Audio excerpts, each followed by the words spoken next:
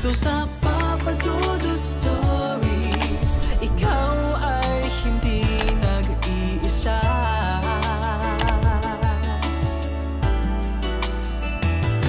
Dito sa Papa Dudut Stories, may nagmamahal sa'yo. Papa Dudut Stories,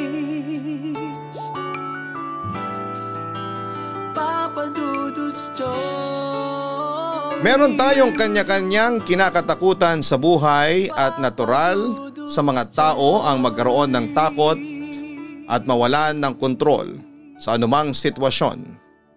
Ngunit sadyang may mga bagay, pangyayari at tao sa mundo na darating sa hindi naasahang panahon at pagkakataon. Dear Papa Dudut, maraming hindi kapanipaniwalang kwento tayong naririnig o nababasa. Hindi man yon kapanipaniwala ay tunay namang nangyayari ito at kasama na doon ang kwentong ibabahagi ko sa inyo ngayong gabi. Just call me Addy. And every time they hear my name sa eskwelahan, malamang ay pumapasok ito sa utak nila. Mayaman, maganda, matalino, at leader ng cheering squad. Pero yun lang ang akala nila kasi behind this perfection there is a stain that no one knows that is hidden behind. Nung bata pa ako, I always see white images floating around me. Akala ko noon ay normal lamang yon hanggang sa nag-elementary ako. Doon ko lang nalaman na hindi pala yun normal. Those things that I see are souls. My mother told me na it was a gift dahil hindi lahat ng tao ay nagkakaroon ng ganitong kakayahan. Only a few people and I'm lucky enough to be one of them. But everything changed nang mag-high school ako and I can still see those souls everywhere at normal na yon para sa akin noon, Papa Dudut. I grew up seeing them and besides, they are harmless. But when I turned 13, everything became different dahil aside from the souls that I always see, I also started to see a man wearing a black pero hindi ko makita mukha niya at tanging mga mata niya lamang. They are red and they started to scare me from the first time I saw them. It was my birthday party and I invited my friends. They are all wearing pink and black dahil yon ang napagdesisyonan nila mommy na theme ng party. Everyone greeted me with a smile on their faces. May mga malalaki pa silang regalo na dala at sobrang nag-enjoy talaga ako nung una. Sabi ko pa nga yun na yata ang pinakamasayang birthday ko. But there was something na napansin ko. No, it was someone who catch my attention and it was the man wearing a black cape standing beside my friend Alex. Parang hindi siya nakikita ni Alex o nararamdaman man lang. Parang walang ibang nakakakita sa kanya. His eyes darted on mine. At mukhang alam niya na yata na nakikita ko siya. I was shocked when I saw his red eyes. At para akong malulunod sa kanyang mga matang nagbabaga. I didn't tell anyone about it at naisip ko na baka parte lamang yon ng ilusyon ko. Baka pagod lamang ako kaya kung ano-ano ang nakikita ko.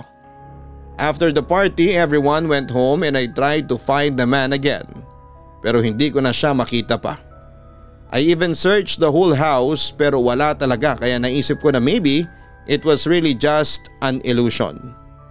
Yun na lang ang nasabi ko sa sarili ko before I let myself to sleep. Nagising ako dahil sa ingay sa baba, Papa Dudut. Mom and Dad are talking to a police officer and I know there was something going on. So I asked Yaya Sen niya. Nakatayo lang siya noon sa may likuran ng malaking cabinet namin at pasimpleng nakikiosyoso sa nangyayari sa sala. Yaya, what's happening? Nung unay hindi pa niya ako nakita. But I think she didn't hear me. So it's my cue to say it again. This time ay medyo malakas na. Nagulat si Yaya nang nakita niya ako she never expected me to be awake that early, Papa Dudut. Kagad niya akong nilapitan pero hindi maipinta ang mukha niya. Hindi ko mabasa kung masyado ba siyang gulat o nag-aalala, kaya hindi niya ako kaagad nasagot. Adi, andiyan ka pala, iha, baling niya sa akin. Yaya, bakit may mga pulis? I asked her because I was really curious. Natahimik si Yaya, it was like ayaw niya pang sabihin sa akin. Pero nangulit na ako talaga, may pag-aalinlangan sa mukha niya na sinabi niya sa akin ang nangyari. Mahina ang boses niya na parang ayaw iparinig sa iba ang nais niyang sabihin sa akin. At nagulat na lamang ako sa mga narinig ko mula sa kanya. Alex family got into an accident at nabangga daw sila ng isang 10-wheeler truck. Her mom, dad and sister were all stable but Alex is in critical daw. 2 days had passed and Alex's body had already given up the fight. Everyone including me was sad. She had been a good friend to me at pakiramdam ko, I didn't just lose a friend but also a sister. Natapos na ang burol pero hindi pa rin maalis sa isipan ko yung lalaking nakita ko. I always think that he is responsible for Alex's death. Pero pwedeng it was just an illusion dahil hindi pwedeng siya ang may kasalanan na nangyari sa kaibigan ko. I know it was an accident so no one should be blamed about it. Years passed, nasa college na ako noon and I'm taking up business administration. Yun kasi ang gusto ni Daddy para ako na raw ang mag-handle ng business namin, Papa Dudut. I can still see the man with a black cape after Alex's death and I saw him again several times so I got curious and it's already creeping me out so I decided na sabihin ito kina Mommy. When Dad heard about it, he sent me to Tagaytay for vacation dahil andun si Lola na namamalagi sa bahay namin. He told me that it's better to ask Lola about sa mga nakikita ko. So yun ang unang bagay na sinabi ko kay Lola. At first ay mukhang sobrang nagulat si Lola sa mga sinabi ko. She even took medicine for hypertension dahil sa gulat niya. Kinabahan pa ako kasi akala ko ay may masama nang mangyayari sa kanya. When Lola get better, she told me everything about it at kung bakit ganon ang reaksyon niya. It was our family's gift daw talaga. It started with our great-great-grandfather and after niya ay halos napasa na ito sa lahat ng henerasyon ng aming pamilya. Ang the last person who had this ability is my Lola's father. Akala niya his dad was the last one who will have the gift kasi sa lahat ng anak niya ay walang nakakuha ng gift na yon. Pero nagkamali daw pala siya. Hindi niya inakala na may magmamana pala ng gift na yon at sa apo pa talaga sa panganay na anak niya. Sinabi niya na hindi naman daw ako sasakta ng mga nakikita ko pero kailangan ko pa ring mag-ingat lalo na sa mga nakakausap ko. Dahil meron daw ilan sa kanila na patay at kaluluwa na pero hindi nila alam na patay na sila. Binilinan niya rin ako na palaging magsimba para hindi ako lapitan masyado ng masasamang elemento. Papa Dudut, hindi nagtagal ay namatay din si Lola pero bago siya namayapa ay nakita ko ulit ang lalaking may itim na kapa sa likuran niya. Sa kabila ng takot na nararamdaman ko, hindi ako umalis noon sa tabi ni Lola at magkatabi pa nga kaming natulog. Hanggang sa umabot ng umaga pero hindi na siya nagising pa. Ang sabi ng doktor ay inatake daw sa puso habang natutulog si Lola. Sa buong linggo ng burol ni Lola ay wala kong ibang ginawa kung hindi ang umiyak, Papa Dudut. Si Lola lang kasi ang isang tao na lagi kong nasasandalan at siya lang din yung taong nakakaintindi sa akin. Sobrang mahal ko siya at alam ko na alam niya yon. At kung nasaan man siya ngayon, I know that she is happy right now kasi kasama na niya si God. Alam ko na mas malulungkot siya kapag nakita niya akong nalulungkot sa pagkawala niya kaya kinailangan ko na magpakatatag. Kaya nagsimula na lang ako mag-focus sa pag-aaral ko. Boring ang college life ko. I never had too many friends. It's not that because they hated me. Ako lang talaga yung umiiwas. Kasi I was afraid na baka maulit yung nangyari kay Lola. I don't want to lose another special person sa buhay ko. I know it's irrational at alam ko na I'm not responsible for their deaths. I can just see it coming, but I know I can't stop it because that's what Lola told me. I can't stop natural things from occurring. It will happen because it's God's will and not because someone wanted it to happen. Pero I can't help to blame myself every time I see their deaths approaching. Pakiramdam ko I'm useless talaga. I have this ability but I can't even warn them kasi alam ko na kapag nangyari yon, they will all think I'm insane.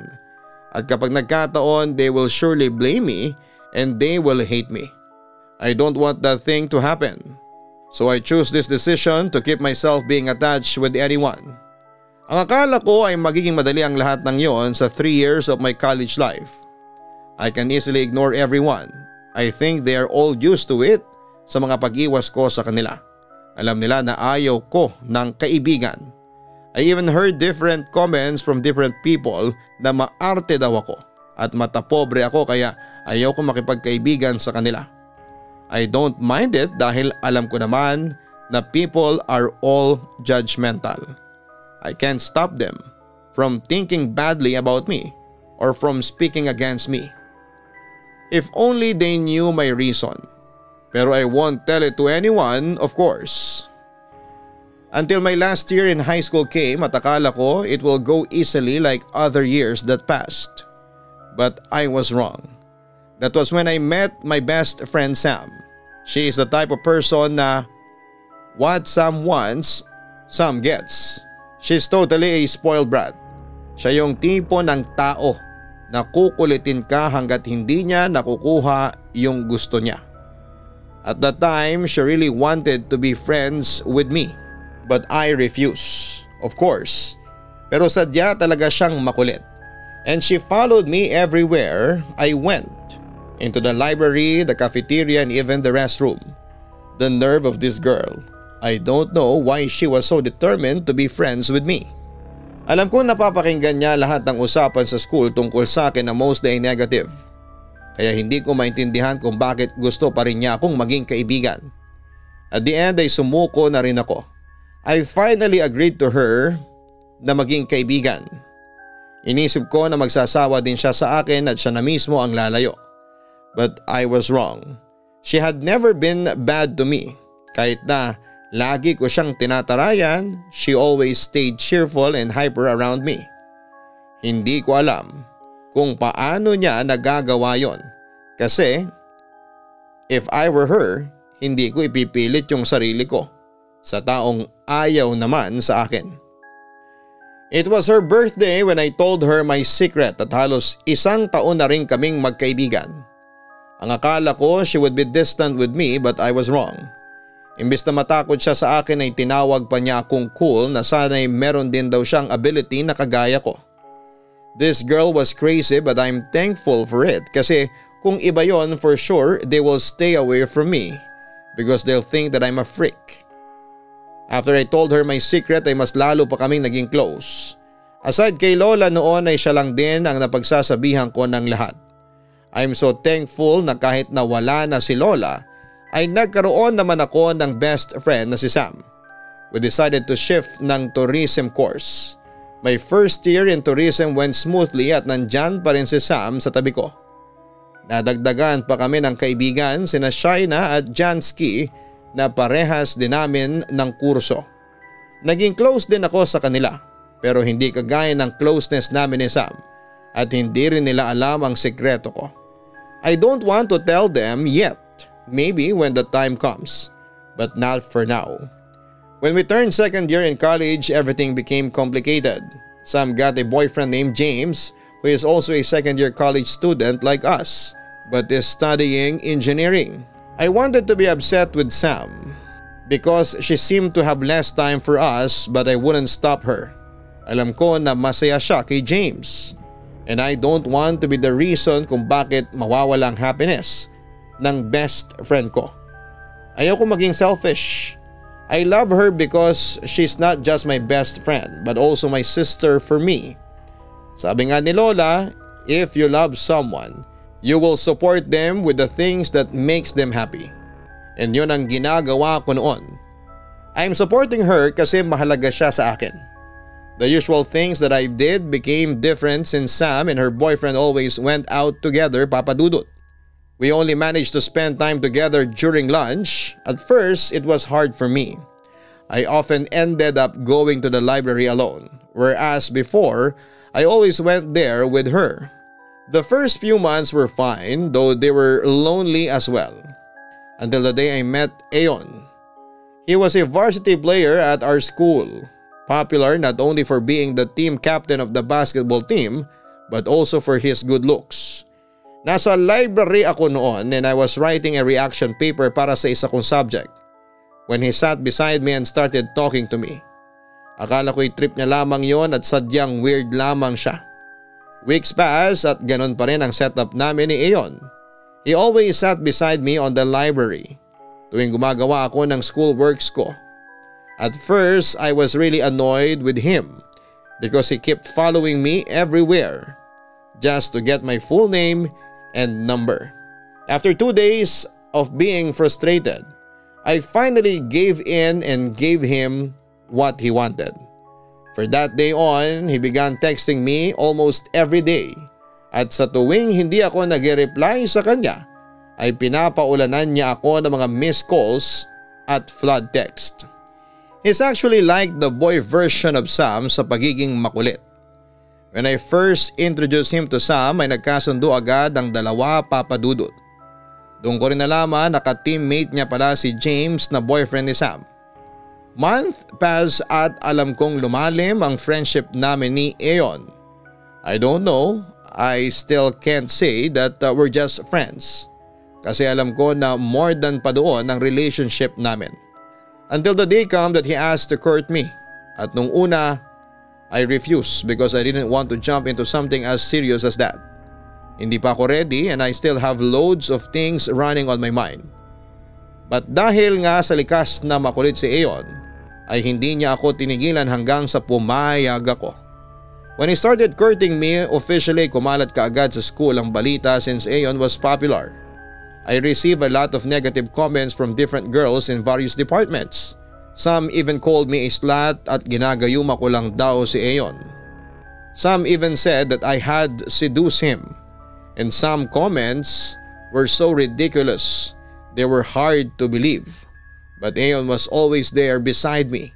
Lagi niya akong pinagtatanggol sa kanila although wala naman sa akin kung ano man ang sabihin nila about me. After a few months of courting me ay sinagot ko na siya, Papa Dudut. Naisip ko na hindi naman siguro masama na pagbibigyan ko ang sarili ko na sumaya minsan. Although hindi ko pa rin maalis yung pangamba ko. Hindi ko pa rin kasi nasasabi sa kanya ang tungkol sa ability ko. Sabi sa akin ni Sam na importante daw sa relationship ang trust. At alam ko yon. Hindi naman dahil sa I don't trust him. I trust him of course pero natatakot lamang ako na matakot siya sa akin at lumayo siya kapag nalaman niya. I would tell him naman soon but for that time, I just want to enjoy the moment. Our relationship grows stronger as the months went by. I was delighted by how sweet he was. He always bought me flowers at lagi rin kaming lumalabas para mag-date.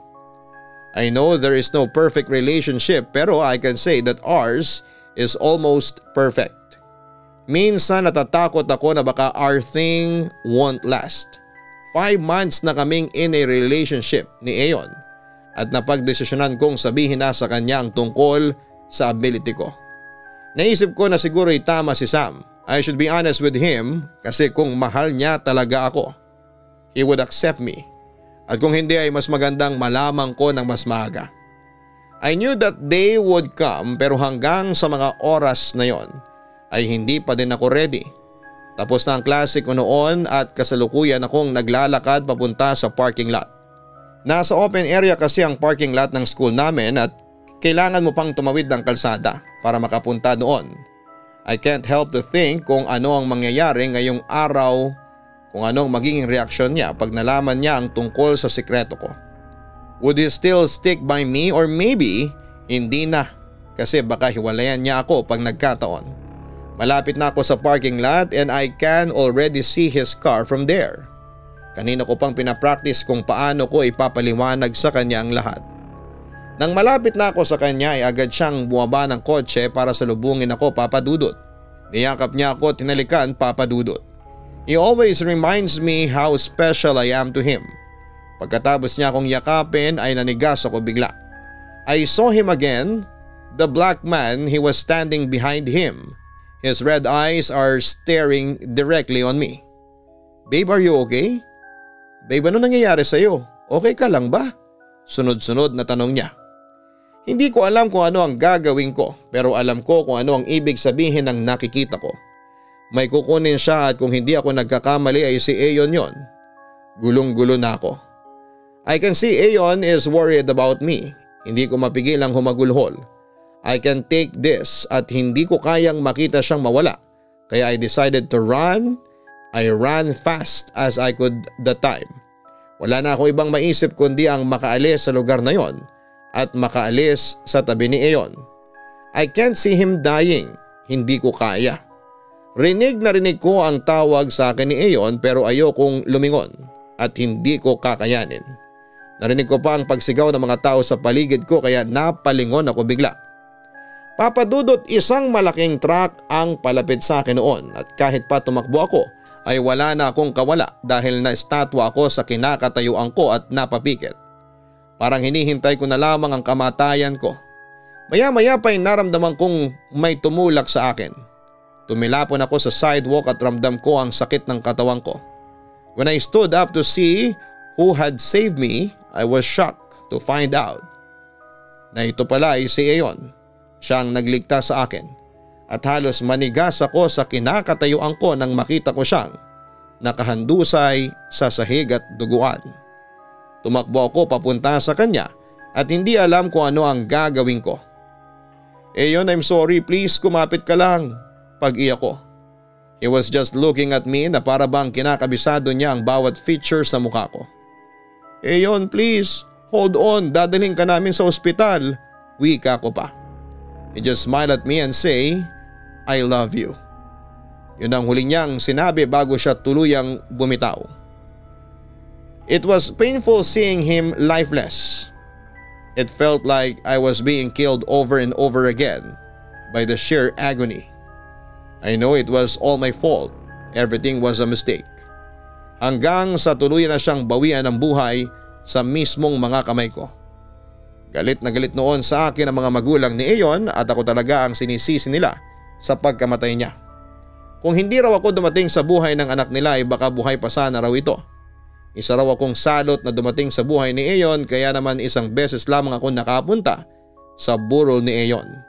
Pinagtabuyan pa ako ng mami niya at sinabi na wala akong karapatan na makiramay dahil ako ang dahilan kung bakit namatay ang anak nila. Pati sa school namin ay halos isumpa ako ng mga fans ni Aeon. May iba pa na tumawag sa akin na bruha at demonyita. May nakakita kasi sa akin na tumatakbo at parang may tinatakasan noong araw bago namatay si Aeon. Para raw akong may nakikita na hindi nila nakikita. Kaya raw napahamak si Aeon ay dahil sa pagiging demonyita ko. Lahat yun ay pilit kong binabaliwala talaga kahit na napakabigat sa akin ang lahat. Ang pagkawala ni Aeon ay isa sa mga pinakamasakit na bagay na nangyari sa akin, Papa Dudut. Halos hindi ako makapag-focus noon sa pag-aaral ko. Parang anumang oras ay mababaliw ako. Pina-check up pa ako ng mga magulang ko sa psychiatrist pero hindi rin sila nakatulong. At gusto ko lang kasi noon ay mabuhay ulit ang lalaking pinakamamahal ko. Ang lalaking nagsakripisyo ng buhay niya para mabuhay ako. Ako naman kasi talaga dapat ang mamamatay ng mga oras na yon. Kung hindi dumating si Aeon para tulungan o itulak ako. Kung hindi siya dumating para sagipin ang buhay ko. Hindi siya mawawala. Ako ang mawawala kaya walang ibang dapat na sisihin kung hindi ang sarili ko. Mabuti na lang at hindi ako iniwan ni Sam. Palagi siyang nasa tabi ko at kino-comfort ako. Pinapaintindi niya sa akin na wala akong naging kasalanan sa pagkamatay ni Aeon. Kagaya ni Lola ay malungkot si Aeon sa oras na nakikita nitong nagluluksa pa rin ako sa pagkamatay niya. Nag-decide akong lumipat ng university at sa tingin ko ay nakatulong yon sa akin, Papa Dudut. Dahil parang nagsimula ulit ako sa umpisa na wala na kahit na sinong nakakakilala sa akin. Muli akong umiwas sa mga tao dahil natakot ako na baka may iba pang mapahamak. Ayos na sa akin yung nandyan ang mga magulang ko at si Sam para sa akin. Hindi ko na kailangan ng ibang tao sa buhay ko. Tanggap ko nang nabuhay ako para hindi mahalin ng ibang tao na bukod sa kanila. Hanggang ngayon ay hirap pa rin akong tanggapin ang pagkawala ng lalaking pinakamamahal ko. Hirap ako pero wala naman akong ibang pagpipilian kung hindi ang umusad. Sa awa ng Diyos ay hindi ko na rin naman muli pang nakita ang lalaking may itim na kapa. At paulit-ulit kong ipinagdarasal na sana ay hindi ko na siya muli pang makita. Ayoko nang maranasan muli ang pait ng pagkawala ng taong pinakamamahal ko. Kaya naman mas dinalasan ko na ang pagdarasal at pagsisimba para patuloy akong gabayan ng puong may kapal. Salamat po sa pagpili at pagbasa ng letter ko. Lubos na gumagalang, Adi.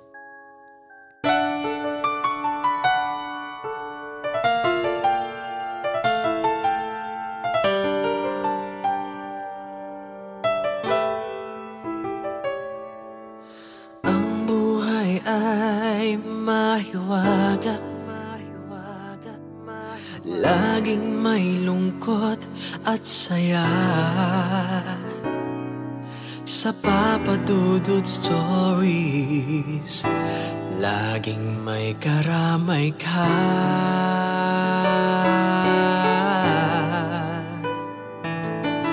Mga problemang kay bigat, dito ay pakikinggan ka. Sa Papa Dudut Stories, kami ay iyong kasama. Dito sa Papa Dudut Stories, ikaw ay hindi nag-iisa.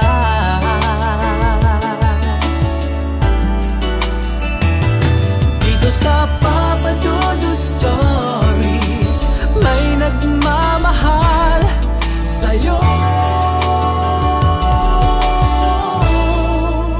Papa Dudut Stories,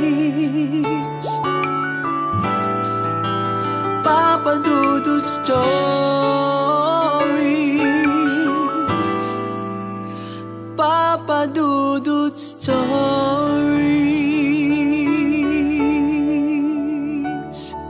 Hello mga ka-online, ako po ang inyong si Papa Dudut. Huwag kalimutan na mag-like, mag-share at mag-subscribe. Pindutin ang notification bell para mas maraming video ang mapanood ninyo. Maraming salamat po sa inyong walang sawang pagtitiwala.